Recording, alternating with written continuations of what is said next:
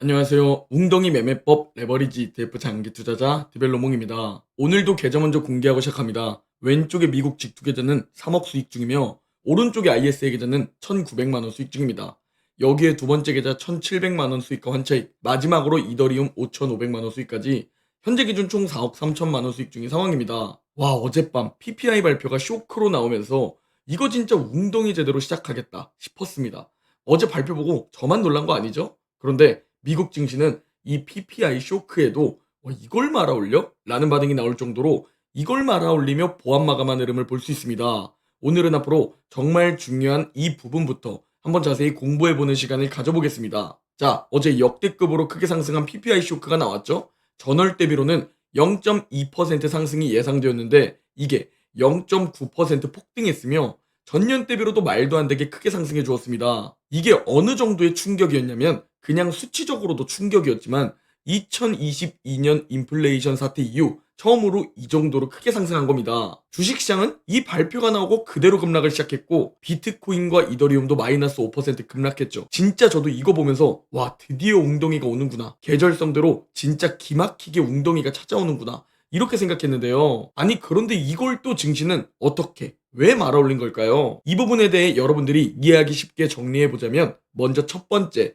누구는 관세 영향이 있었다, 누구는 생각보다 덜 있었다 라고 이야기하지만 제 생각에 냉정하게 관세로 PPI가 높게 나왔다고 보고 있습니다. 왜? 서비스 물가가 크게 상승했는데 왜 그런지 살펴보니까 도매, 소매, 마진 비용이 크게 증가했기 때문입니다. 마진 비용이 크게 증가했다는 것은 이 업체들이 소비자들에게 가격을 전가했다. 그래서 마진이 늘어났다는 것을 의미합니다. 그렇다면 우리는 이제 뭘 걱정해야 하는 거냐? 소비자들에게 가격을 전가했으니 어느 시점 뒤에부터는 소비자 물가가 상승할 리스크가 커졌다고 볼 수 있겠죠? 그래도 그나마 다행인 이유를 찾아보자면 연준이 바라보는 PC 물가에서 무려 20%의 비중을 차지하는 의료 서비스는 하락했다는 점과 그리고 CPI와 마찬가지로 항공료가 상승했는데 이 항공료는 계절성으로 일시적이라는 점입니다. 자, 정리해보면 쇼크적인 수치에 비해서는 그나마 좀 다행이다라고 볼 수 있지만 지금부터 불확실성이 점점 커진다고 볼 수 있으며 지금부터 모든 고용지표, 물가지표가 평소보다 더 중요하다고 볼 수 있습니다. 왜? 시간이 지나면 소비자 물가에 이 관세 가격 전가가 나타날 가능성이 생겼기 때문입니다. 그 이유는 PPI는 CPI의 선행지표로도 알려져 있는데 도매 소매 업체들이 가격을 전가해서 마진을 남긴 것이 어제 데이터로 확인되었기 때문입니다. 그래도 생각보다는 관세 영향이 적었다는 점, 이게 그나마 호재라면 호재인 상황이죠. 제가 여러분들께 항상 강조드리는 게 뭐죠? 그냥 수치와 데이터만 보지 마시고 그걸 본 시장의 해석에 집중해야 한다고 말씀드렸죠? 만약 어제 그냥 데이터만 보고 매매했다면 무조건 그냥 패닉셀 하셨을 상황입니다. 자, 그렇다면 우리는 냉정하게 일일비하지 않고 시장의 해석을 살펴보겠습니다. 일단 금리 인하 전망을 보면 금리 동결 가능성이 다시 조금 올라왔습니다. 25bp 금리 인하 전망은 92.6%이며 금리 동결 전망이 새로 다시 생겼고 7.4%로 올라온 모습입니다. 그리고 금리 인하에 대한 기대감이 줄어들자 그대로 미국 10년물 국채금리는 상승했고요. 저도 어제 이 쇼크 발표를 보고 와, 웅덩이가 시작되었다 라고 생각했습니다. 충분히 웅덩이가 올 수 있는 재료라고 봤는데 지금 워낙 매수세가 강한 상황입니다. 이거 뭐 평소라면 떨어질 악재에도 떨어지지 않고 버티고 있습니다. 만약 어제 데이터를 보고 시장의 해석을 보지 않고 어제 하루 만에 생각해보자면 저점에서 패닉셀을 하게 되었을 겁니다. 제가 이제 매일매일이 중요하다고 말씀드렸죠? 오늘 밤 곧 9시 30분에 소매 판매가 발표됐는데 CPI에 이어서 PPI 쇼크로 오늘 이 발표가 또 중요해졌습니다. 이젠 무조건 잘 나와주어야 호재입니다. 아니면 또 다음 지표를 바라보거나 악재로 연결되죠. 이제 모든 투자자들이 물가 지표와 고용 지표를 째려봅니다. 고용도 최근 쇼크로 나왔고 물가도 지금 심상치 않기 때문에 정말 중요해진 이 상황에 트럼프는 새로운 노동 통계국장을 지명했죠. 이제 트럼프는 핑계도 못 댑니다. 그리고 평소에 어떤 지표들이 나오면 자신의 소셜미디어에 금리 인하를 외치고 미국은 드디어 정상으로 돌아왔다고 외쳤던 트럼프가 기막히게 어제 PPI 쇼크 발표, 이 관련 발언은 거의 안 하고 있고 이 쇼크에 트럼프가 뭐라고 반응할지 이게 정말 궁금한 상황이며 반대로 파월은 집에서 내가 했제? 라면서 해째를 외치며 좋아하고 있을 수도 있겠네요. 그리고 현 시점 우리들의 상황을 보면 미국 주식도 그동안 쭉쭉 상승해줬고 비트코인도 계속 상승해줬고 이더리움도 최근 크게 상승해줬는데 아주 잠깐 찔끔 어제 떨어진다고 설마 고통스러워 하시는 것 아니겠죠? 오름이 있으면 내림이 있는 법입니다. 저는 어제 영상에서 말씀드렸다시피 그냥 하락 웅덩이가 찾아오면 그대로 다 때려 맞겠다는 마인드이며 어제 실제로 PPI 발표 후 급락했을 때 아무런 행동을 하지 않고 관망했습니다. 이 부분을 실시간으로 멤버십 텔레그램에 전달드리며 혹시나 패닉셀 하실까봐 9시 30분에 바로 제 관점에 대해 말씀드렸고요. 부디 어제 패닉셀 하신 분들이 없기를 바라며 항상 강조드리지만 지금은 언제든지 단기적 웅덩이가 찾아올 수 있는 자리다 라는 말씀을 드립니다. 미리 리밸런싱을 해두고 대비를 해두는 것과 또 계획을 해두고 대응을 하는 것과 그냥 패닉셀은 다르다는 겁니다. 자, 그리고 어제 세계적인 투자자들의 2분기 포트폴리오 내역이 공개되었습니다. 많은 기관들이 빅테크, AI에 집중 매수했지만 제가 집중한 부분은 바로 유나이티드 헬스입니다. 워런 버핏의 버크셔 서웨이는 이번에도 애플을 2천만 주나 매도했습니다. 물론 여전히 포트폴리오 1위지만 말이죠.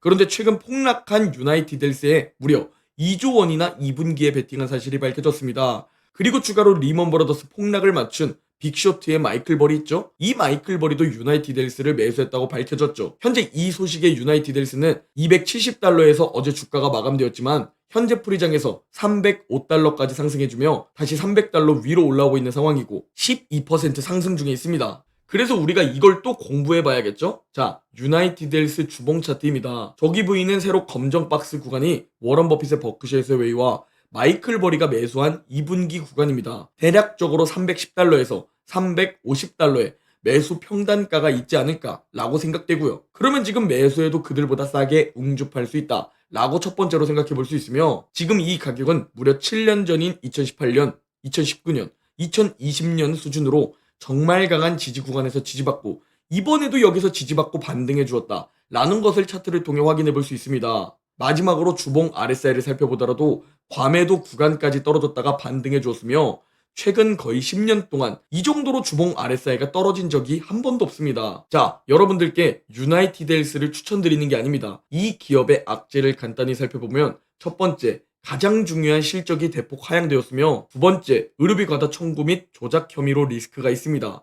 그리고 CEO가 피살되는 사건까지 있었죠? 이로 인해 회사 이미지가 크게 망가졌고 경영 리스크까지 있는 상황입니다. 그럼에도 이번 펀드들의 2분기 매수 금액이 큰 종목들을 보면 1위는 압도적으로 유나이티드 헬스이며 2위는 아마존입니다. 여러분들이 이를 통해 공부해야 할 부분은 세계적인 투자자들, 기관들은 좋은 종목이 웅덩이를 파주었을 때, 싸게 안전마진이 확보되었을 때 그때 과감히 매수한다는 것을 볼 수 있습니다.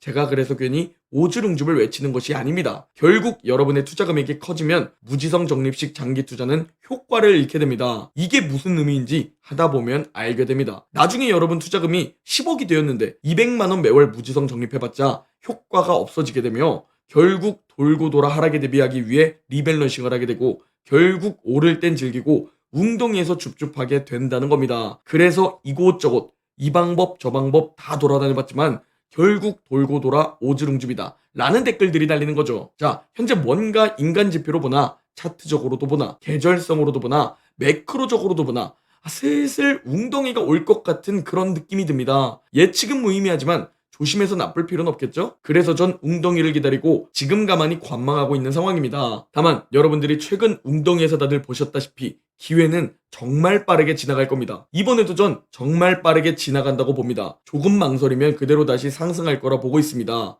그래서 기회를 포착하는 능력이 중요하고 거기서 남들보다 싸게 매수해야 하며 남들보다 더 많이 매수할 수 있어야 합니다. 이는 단순히 용기가 아닙니다. 투자 공부를 하시다 보면 확률적으로 정말 괜찮은 구간들이 보일 때가 있습니다.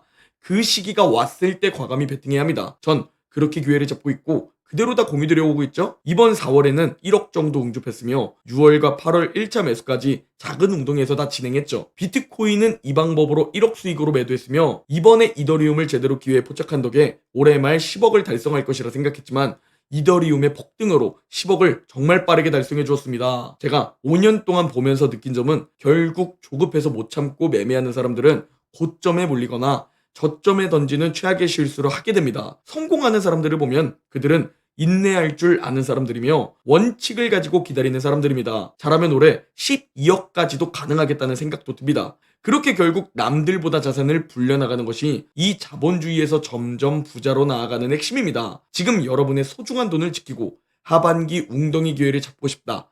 그리고 나도 자산을 함께 점점 불려나가고 싶은 분들은 고정 댓글 확인해 주시기 바랍니다. 단, 단기간에 자산이 빠르게 불어나지는 않습니다. 저도 4년 걸렸습니다. 그러니 최소 5년 정도는 생각하시고 투자하셔야 합니다. 그리고 하락장을 견디겠다는 각오란 상태로 고정 댓글 확인해 주시기 바랍니다. 오늘 영상은 여기까지입니다. 제 영상이 도움이 되셨다면 구독, 좋아요, 댓글, 알림 설정 부탁드립니다. 그럼 다음 영상에서 뵙겠습니다.